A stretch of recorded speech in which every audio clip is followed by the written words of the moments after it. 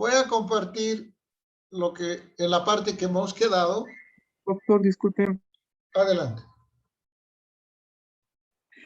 ¿Cómo está? Mi nombre es Brian, doctor. Lastimosamente me asignaron esa materia la semana pasada y recién pude entrar a su plataforma y a la materia como tal en el día miércoles y jueves, doctor, y no pude hacer los trabajos ni dar los parciales correspondientes en su materia.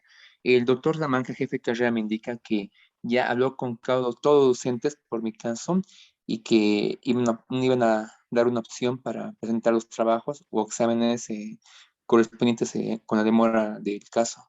Ya, usted es Brian Víctor. Sí, doctor. Ya, Cruz, ¿no es cierto? Exacto. Ya, usted tiene para presentar su trabajo hasta el 15 de septiembre. Listo, doctor. Muchas gracias. La parte procesual. La prueba del Perfecto. hito, usted me tiene que enviar una nota del director de carrera, en este caso del doctor Salamanca. Ya, doctor. El Para dejarla, ¿no? doctor Salamanca me tiene que enviar una nota en la que se autoriza la toma de la segunda opción.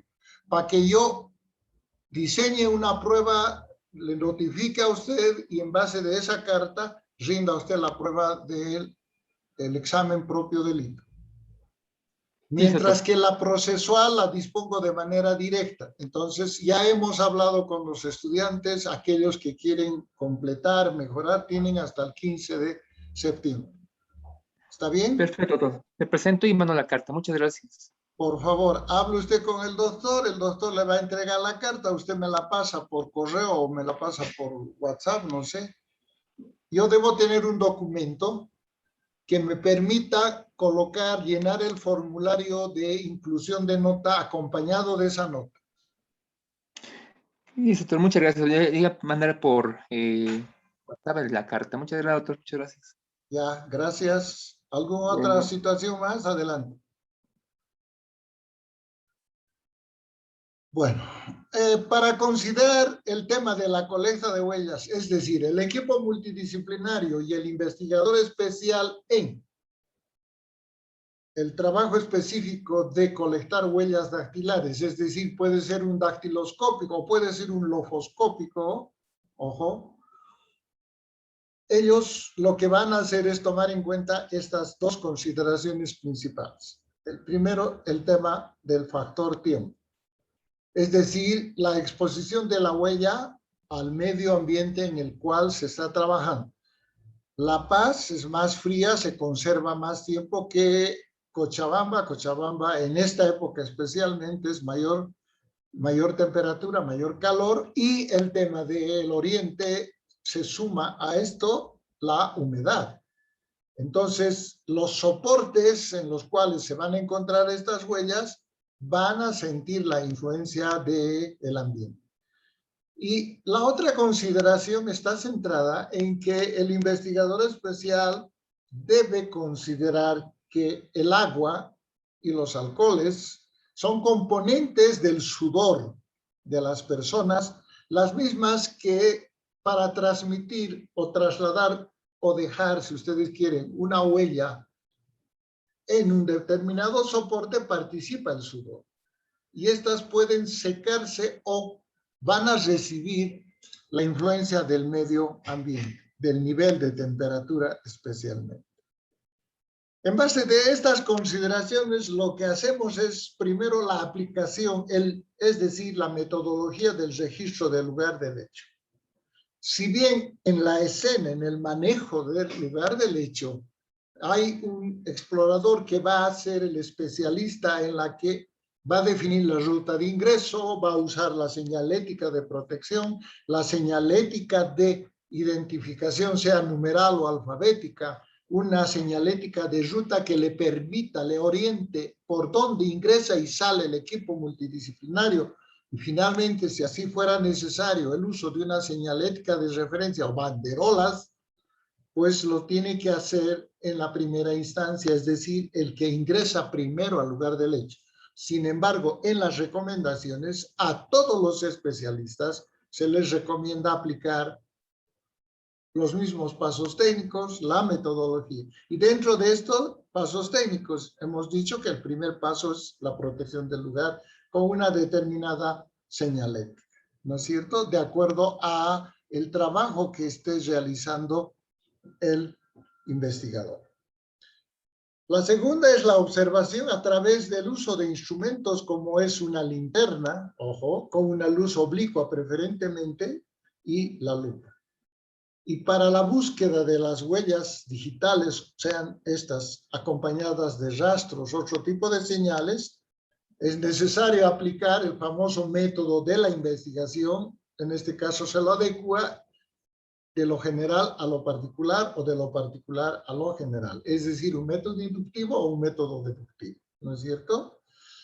Se recomienda que primero se trabaje en la escena principal donde está, por ejemplo, el cuerpo de la víctima.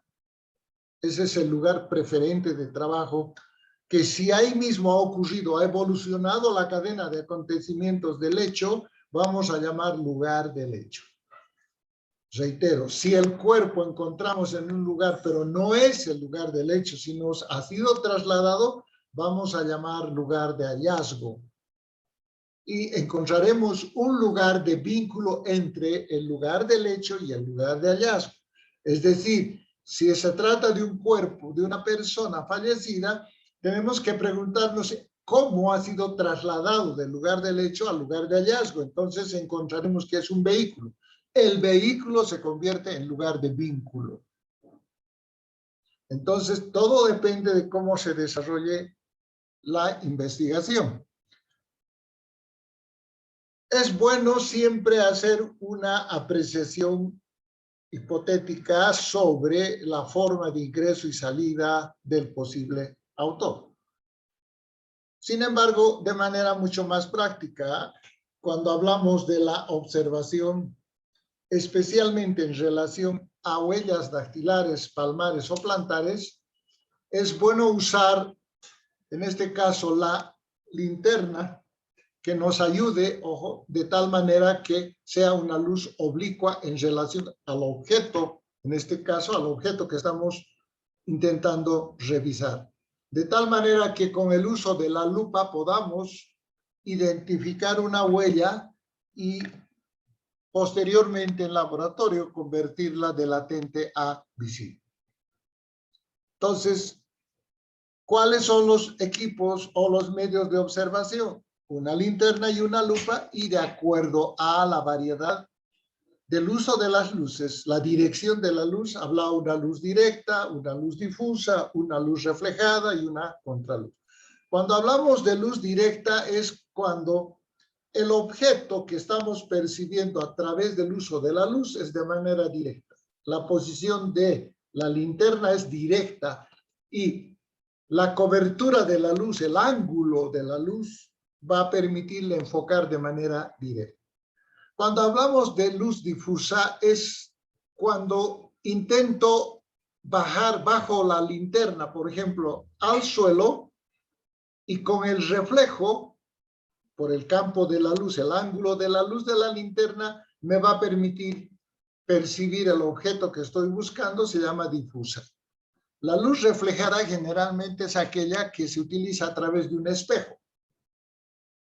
Alumbro un espejo e inmediatamente se me ilumina la escena. Y la contraluz es todo lo contrario, es como su nombre lo dice. Alumbro a la derecha y estoy percibiendo a la izquierda. ¿Me entienden? La luz, el ángulo de la luz está hacia el norte y yo estoy percibiendo hacia el sur. Se llama contraluz. Por ejemplo, en la imagen estamos viendo una luz directa. Primero que hemos colocado la linterna al ras del soporte llamado piso. De tal manera que fíjense cómo recién podemos percibir una huella de calzado. Si alumbráramos de arriba hacia abajo, de manera horizontal, no tuviéramos la posibilidad de percibir en detalle esta huella de calzado. Es una de las técnicas de la observación. Para especificar las variables, el primer principio que ustedes han dado examen, entra de pleno acá. Necesitamos establecer características propias de la evidencia que estamos percibiendo. la misma que deberá también ser registrada, es decir, en una fijación narrativa tendrá que haber un registro grabado o en su defecto en el acta una fijación literal.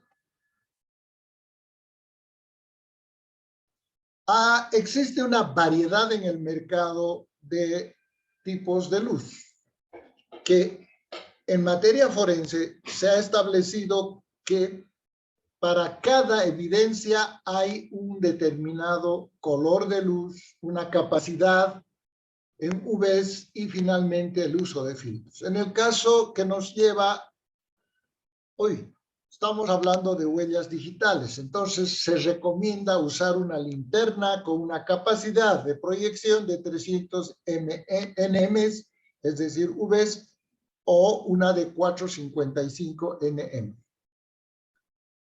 Si fuera otro tipo de evidencias como cabellos y fibras, ustedes van a ver que se necesita mayor capacidad, 470 nm, por ejemplo. Y con un filtro de color rojo o un color beige, por ejemplo, nos va a ayudar a percibir mejor, mientras que las huellas digitales podemos usar el color blanco directamente o un filtro de color amarillo. Tenemos otra variedad de equipo, en este caso, generalmente, de acuerdo a la recomendación anterior, para nosotros las linternas de luz blanca de 6000 K son las más adecuadas en este caso para encontrar huellas dactilares. También en algunos casos es posible usar la luz blanca, decíamos, referente a el tema de huellas de calzado. Podemos usar la luz roja en una capacidad de 630 nm para hacer el trabajo de búsqueda de huellas latentes que se han sido tratadas con nidrina. Es decir, hemos usado un revelador químico llamado nidrina que nos ayuda a convertir la huella de latente a visible y la podemos percibir incluso de manera macroscópica por un tiempo determinado. En el ejemplo estamos viendo cómo en el 1 la iluminación blanca ayuda a percibir de alguna manera una mancha, en este caso mancha de sangre. En la 2, uso de una luz ultravioleta, vamos a encontrar con mayor preferencia este manchón, ojo, ¿no? En el número 3, por ejemplo, con luz azul, y finalmente la 4 con verde. Y es el mismo soporte que hemos utilizado en la búsqueda pertinente. Cuando usamos la luz naranja, por ejemplo, nos va a ayudar igual a percibir el uso del reactivo químico llamado nidrina sobre una huella latente, sea dactilar, palmar o plantar. Como ven ustedes, hay una variedad del color de luces que nos ayudan a entender y a percibir mejor las huellas latentes. En el caso de la luz verde, también es muy utilizado cuando se intenta percibir las huellas reveladas con polvos fluorescentes o con nidrina. La luz azul, de la misma manera, nos ayuda a visualizar las huellas reveladas con el uso de polvos de reveladores, es decir, amarillos, o el uso de magnético color rojo. Son dos polvos diferentes. Finalmente, la violeta, que nos ayuda a identificar, en este caso, otro tipo de huellas latentes que son reveladas con otro tipo de componentes como el androx. ¿Cómo se colecta una huella dactilar? Cuando, ojo, estoy aclarando, cuando sea imposible trasladar el soporte. Quiere decir que el investigador llamado dactiloscópico va a proceder a hacer el uso de revelados o el uso de polvos, reveladores o develadores también llaman así, de huellas dactilares. Hay una variedad de pinceles, hay una variedad de polvos y los vamos a ir explicando. En la figura ustedes tienen un polvo, un pincel normal, el mismo que se usa un óxido clásico y se realiza el frotamiento en círculo de tal manera que se pueda convertir a través de este trabajo la huella latente invisible. Se pueda percibir los dibujos generados por el pulpejo de los dedos de las manos. Esto va a ayudar a encontrar la huella y luego usar una cinta forense de levantamiento para que esta cinta, que se parece mucho a un scotch, ¿no? A un Durex, pero son especiales, y esta se deposita en una tarjeta de carácter transparente que es un plástico. Antes usábamos tarjetas metálicas, ahora se usan tarjetas de plástico que permite la protección de la huella colectada. Tal como ven ustedes en la imagen, en el lado derecho tenemos la tarjeta, en el lado izquierdo está la huella ya develada con el uso de polvos de óxido. Acá, por ejemplo, vemos de manera directa cómo se está girando el pincel de tal manera que nos ayude, o la brocha, de tal manera que nos ayude a completar la figura de la huella dactilar. En esta ya se ha procedido, en esta, por ejemplo, está una brocha magnética. No sé si ustedes pueden percibir, yo tengo en la mano en este momento. Esta es una brocha magnética, es la misma del dibujo, en la que me permite usar esta en un reactivo químico, que es este otro, y que tiene un polvo magnético. Voy a intentar ver o mostrar.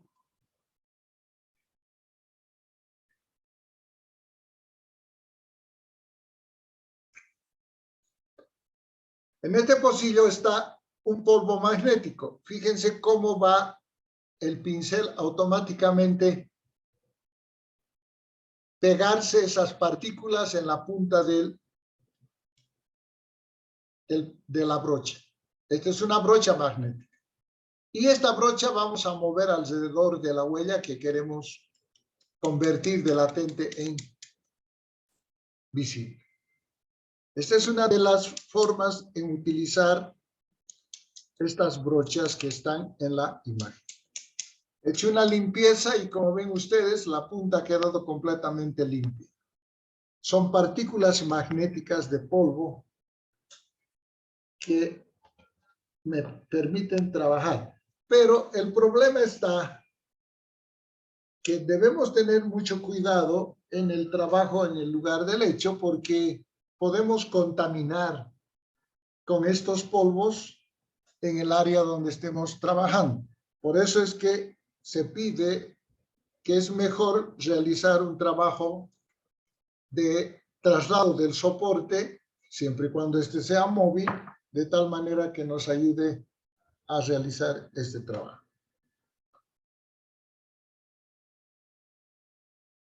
¿Cuál es la particularidad o cómo podemos identificar? Hemos utilizado un develador, sea óxido, magnético, etcétera, de tal manera que hemos convertido la huella latente en visible. Entonces necesitamos hacer una fijación fotográfica preferentemente y vamos a utilizar un número 1 como una señalética de identificación de esta huella y un testigo métrico que nos permita medir el ancho y el largo de la huella. Generalmente se utilizan las escuadras que están diseñadas de manera forense, que ya nos dan la medida inmediatamente a través de la percepción. En las imágenes al lado derecho son pinceles o brochas magnéticas, al lado izquierdo son las comunes, las más clásicas, de diferente material. Las originales han sido de pelo de camello, muy caras, muy costosas, y luego se han ido reemplazando con otro tipo de materiales de carácter sintético. En esta está igual, a la derecha una clásica, a la izquierda una magnética. Y aquí vemos una variedad de clásicas. Los polvos o reactivos químicos, en este caso polvos químicos, reveladores químicos o veladores de polvos también se llama, los más tradicionales y conocidos son los óxidos. Son los primeros que han aparecido a partir del siglo XIX, a fines del XIX, han mejorado el XX hasta los años 70, y de 70 para arriba hasta nuestros días están, en este caso, los magnéticos y preferentemente los químicos. Entre los óxidos clásicos hay tres colores básicos: negro, blanco y rojo. ¿Útiles para qué? Para encontrar huellas dactilares en soportes de vidrio, metal y madera. Mientras que los metálicos existen en tres colores: plata, oro y cobre, y son útiles para trabajar en soportes de plástico, de vidrio, de porcelana o cualquier tipo de vajilla. Tenemos los magnéticos, que son los de último uso, ensucian menos, si ustedes quieren, el área de trabajo. Existen en color negro, blanco, gris, rojo y plata, y son muy útiles para encontrar o para transformar una huella latente a visible en soportes de papel, preferentemente, en la piel de la víctima o de cualquier otra persona, el agresor, por ejemplo, en vidrio, en soportes de madera áspera, en soportes de caucho, de plástico y de porcelana. Como ven ustedes, estas tres clases de polvos reveladores están en vigencia.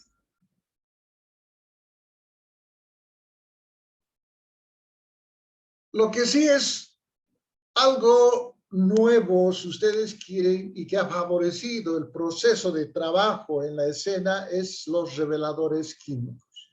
Hay una variedad, pero los que mejor resultado han dado en la práctica está, por ejemplo, la anhidrina. La anhidrina puede venir en una ampolleta, como está en la imagen, o puede venir en un recipiente completo, o puede venir en un atomizador.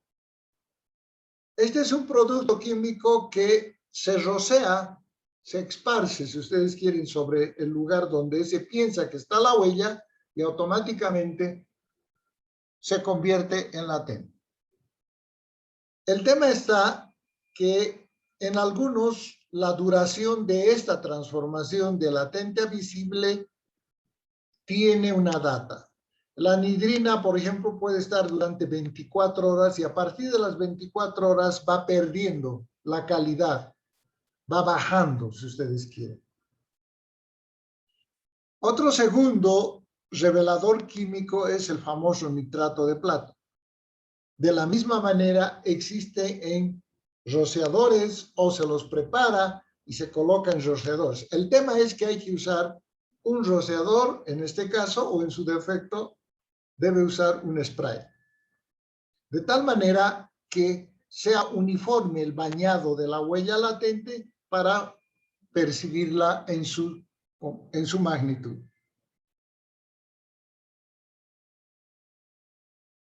El más común de estos reveladores químicos está el cianoacrilato. Esto está centrado en el uso de la gotita, por ejemplo. Ustedes colocan un recipiente, vacían la gotita, y debajo un pequeño fuego o una temperatura que le permita vaporizar. Colocan dentro de una caja y colocan el soporte que desean encontrar una huella dactilar. A través de esta vaporización inmediatamente se convierte de latente a visible, pero la data también cambia a las 24 horas. Es decir, la imagen va a ir perdiendo nitidez. Existen otros tipos de reveladores químicos como el negro de almidón, o almido, perdón, la violeta cienciana. Todas estas tienen la misma utilidad. El más conocido es el de mayor aplicación, si ustedes quieren, es la anhidrina. Ya las empresas forenses tienen diseñado sprays mucho más cómodos, etc. Hasta aquí es el trabajo que se realiza en la escena. Como ven ustedes, si así fuera necesario, se hace el revelado. Si no, se procede de manera directa al levantamiento, es decir, a la colecta de la huella y a su embalaje respectivo, aplicando el procedimiento y la técnica adecuada. ¿Qué va a suceder en el laboratorio forense? Hay otro conjunto de actuaciones, si ustedes quieren, que son las más principales. Siempre va a haber una preocupación de determinar, por ejemplo, si está en los puntos de pericia, la preocupación de determinar a qué dedo corresponde la huella. Esta es una de las primeras interrogantes que se debe colocar en los puntos de pericia. Una segunda, por ejemplo, el largo de los dedos. Una tercera, la forma del dibujo. Cuando me refiero a la forma de dibujo, estoy hablando de las zonas que hemos hablado, la zona marginal, la zona nuclear, la zona basilar. Es decir, ¿cuál de estas tres zonas tiene preponderancia en la huella que hemos remitido al laboratorio para su estudio? También se puede pedir estudios sobre la piel. Se puede pedir en un punto de pericia la especificación de tipos fundamentales, subtipos fundamentales, minucias que nos ayuda a establecer a quién corresponde de manera determinante la huella dactilar encontrada en la escena del hecho. En algunos casos, en los puntos de pericia, se puede solicitar que se realice estudio comparativo a través de instrumental o tecnología de punta como microscopios de alta generación, en la que nos ayude a comprender y a comparar una huella problema con una huella testigo. ¿Cuál es la diferencia? La huella problema es la que se ha colectado en el lugar del hecho y no se sabe a quién corresponde. Se va a comparar con una huella testigo del posible sospechoso para establecer coincidencias entre las características morfológicas que tengan ambas huellas. En este caso, puntos, subpuntos o tipos, subtipos, perdón, y puntos característicos o minucias. Sin embargo, puede existir la solicitud de hacer otros estudios muchos más profundos, como por ejemplo el tema del estudio de la poroscopía referente a estas huellas. Pero con la primera apreciación de establecer tipos, subtipos y puntos característicos, creo que tenemos un trabajo bastante profesional. ¿Qué quiere decir? Porque se muestra de manera técnica qué métodos de estudio se ha aplicado en laboratorio. Segundo, qué métodos de búsqueda de estos elementos se ha aplicado en laboratorio. Tercero, qué tipo de métodos de identificación de líneas, de deltas o de puntos de pericia. Entonces, el especialista tiene que explicar estos métodos y cómo los ha utilizado para encontrar la información que está en las conclusiones del dictamen pericial. Una vez que ha realizado este trabajo, seguramente presentará su dictamen pericial, llamada prueba científica, la misma que será sometida a un juicio oral a partir de la obtención, el ofrecimiento, ¿no es cierto?, la valoración propia, la contradicción que se realiza sobre una determinada prueba, la comunidad de la prueba y finalmente el uso del tercero imparcial, es decir, el juez, en base de su sana crítica, sí considera que esa es una prueba relacionada al hecho. ¿Hasta acá alguna pregunta, por favor? ¿Alguna duda? Adelante. Doctor, una pregunta. ¿Cómo se hace la colecta de las huellas cuando, por ejemplo, la huella se encuentra en la perilla con manchas hemáticas?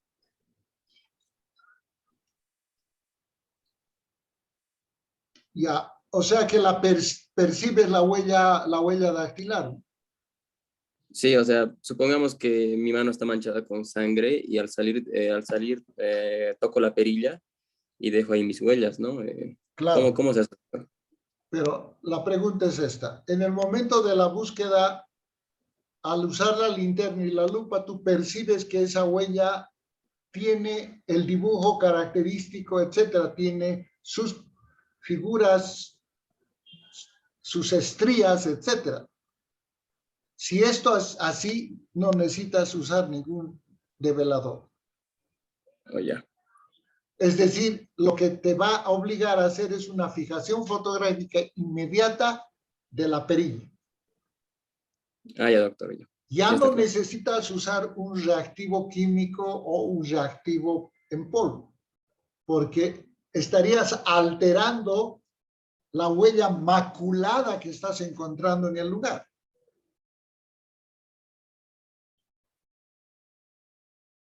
Buena tu pregunta, Germán. El método clásico, les decía, primero se hace el uso de un cepillo para espolvorear. Tengo un dibujo aquí. Este es el clásico. He usado esto mucho tiempo en la década entre el 70 hasta el 90, en el siglo XX. Esta es la posibilidad de hacer que se gire de tal manera que se abra la parte baja de la brocha. Y esta, una vez que es abierta, se inmersa en un frasco del óxido pertinente al cual voy a usar para que luego se haga un barrido sobre la huella latente. Yo personalmente utilizo el método circular, es decir, voy a mover en ese sentido la brocha. Hay otras personas que hacen barrido de derecha a izquierda, pero yo he hecho este trabajo varias veces y me sale mejor la imagen realizando círculos. ¿Cuál es mi respuesta? El dibujo de las huellas dactilares parece que estuvieran en círculo. Entonces, al mover el pincel o la brocha en la misma forma, estoy respetando el dibujo que tiene esta huella. Me parece que al hacer un barrido, ojo, estoy alterando, ¿me entienden? Para mí personalmente, por la práctica, es mejor girar alrededor de la huella. La cantidad debe ser la mínima de tal manera que le permita convertirse a visible. Cuando usamos demasiada, es decir, el pincel o la brocha, cargamos con demasiado polvo, podemos generar manchones. Entonces, es un trabajo de laboratorio, como se dice. Colocar de tal manera, sumir dentro del frasco que te permita tener una cantidad mínima y vayas con una paciencia realizando el trabajo.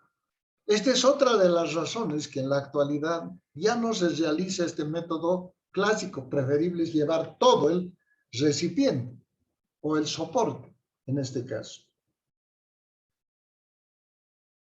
Este es el barrido al cual se refiere. Yo hago en círculos y una vez que he logrado que la huella dactilar se la vea de manera completa, se usa la famosa cinta forense. La cinta forense no es otra cosa que un Durex, pero de fabricación especial para la colecta, para que este polvo, este óxido que ha permitido realizar el dibujo, recuperar el dibujo de la huella dactilar, se transfiera de manera completa a la cinta magnética, a la cinta adhesiva, perdón.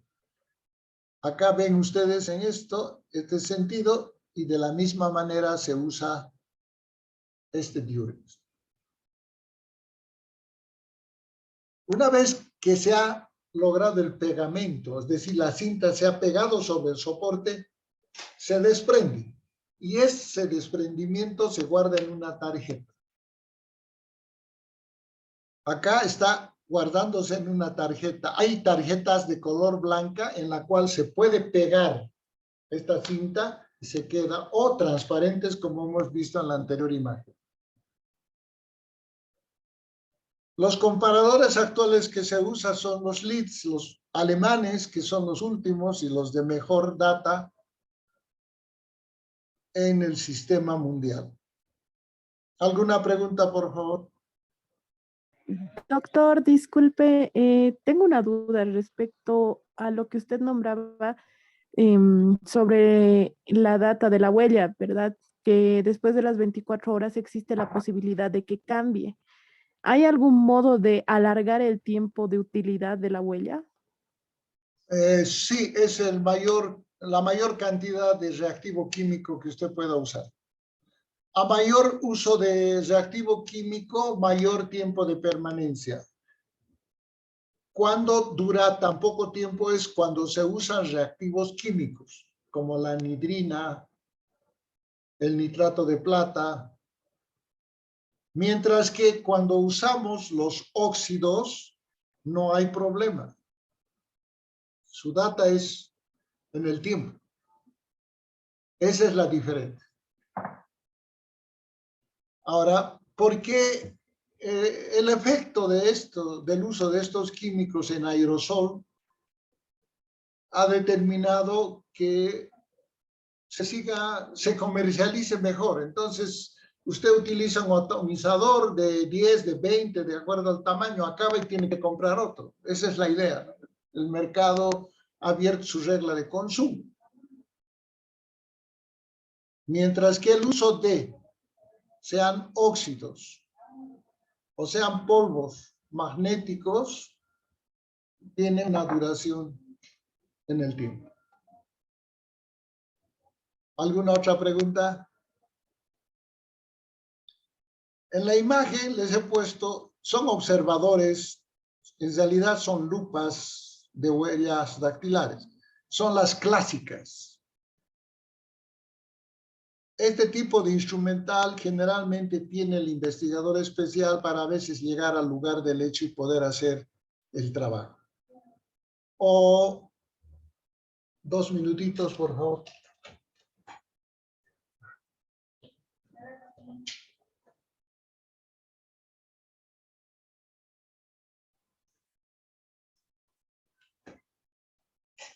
O una lupa llamada el ojo de pez también, que es una lupa tan pequeñita,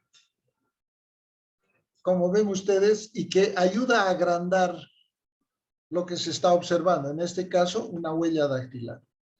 En la actualidad yo utilizo, por ejemplo, un rastreador electrónico computarizado, que no es otra cosa que una especie de linterna que me ayuda a rastrear el lugar y en la pantalla voy viendo si es una huella dactilar o no.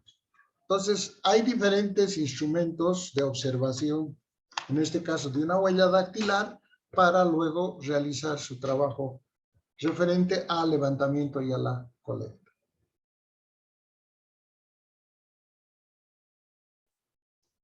¿Alguna pregunta?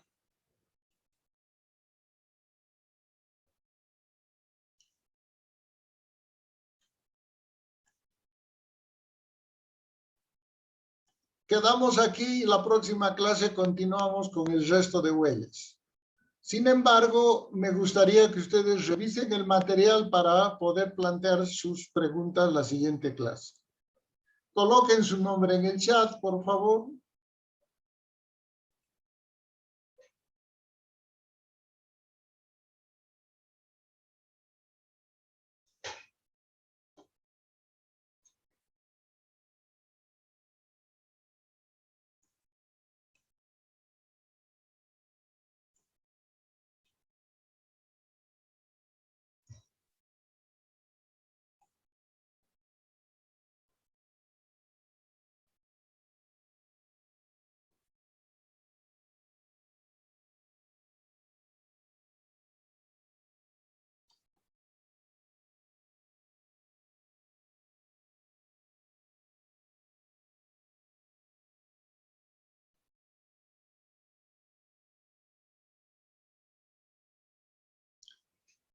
Si no hay preguntas, nos vemos el día miércoles a la misma hora y en el mismo canal.